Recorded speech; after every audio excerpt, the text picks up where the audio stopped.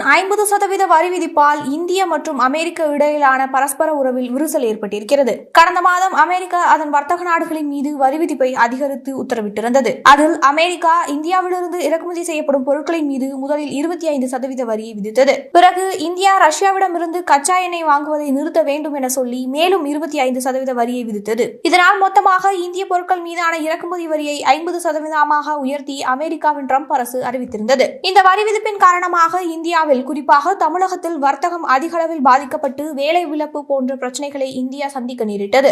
இந்த வரி விதிப்பை குறைப்பது பற்றி இந்தியா அமெரிக்காவிடம் தொடர்ந்து பேச்சுவார்த்தை நடத்தி வந்த நிலையில் அமெரிக்கா தனது வரி விதிப்பில் இருந்து இன்னும் பின்வாங்கவில்லை. ரஷ்யாவிடமிருந்து கச்சா எண்ணெய் வாங்குவதற்காகத்தான் அமெரிக்கா இந்தியா மீது 50% வரியை விதித்திருந்தது என்பது குறிப்பிடத்தக்கது. இது ஒரு புறம் இருக்க, அமெரிக்காவின் கருவூல செயலாளரான ஸ்காட் பென்சன் G7 மற்றும் நாட்டோ நாடுகளுடன் இணையவழி சந்திப்பை நடத்தியுள்ளார் என்ற தகவல் வெளியாகியுள்ளது. இந்த கூட்டத்தில் இந்தியா மீதான வர்த்தக தடை குறித்து பேசப்பட்டதாக தெரிகிறது. ரஷ்யா உக்ரைன் மீது தாக்குதல் நடத்தி வருவது நாம் அனைவரும் தெரிந்த ஒன்றே. இதில் ரஷ்யாவிடமிருந்து சீனாவும் இந்தியாவும் தான் அதிகப்படியான கச்சா எண்ணெய் வாங்குகின்றன. இந்த எண்ணெய் வர்த்தகத்தின் மூலம் ரஷ்யாவிற்கு அதிகப்படியான வருவாய் கிடைக்கிறது.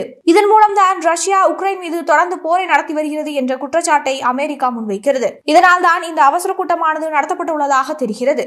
ரஷ்யா மற்றும் உக்ரைன் போரை முடிவுக்கு கொண்டு வர வேண்டுமெனில் ரஷ்யாவுடன் இருந்து எந்தவித வர்த்தகம் வைத்துக் கொள்ளக்கூடாது எனவும், ரஷ்யாவிடமிருந்து வர்த்தகம் வைத்துக் கொள்ளும் இந்தியா மற்றும் சீனாவின் மீது G7 மற்றும் நாட்டோ நாடுகள் 100% வரி விதிப்பை அமல்படுத்த வேண்டும் எனவும் அமெரிக்கா கூறியுள்ளதாக தெரிகிறது.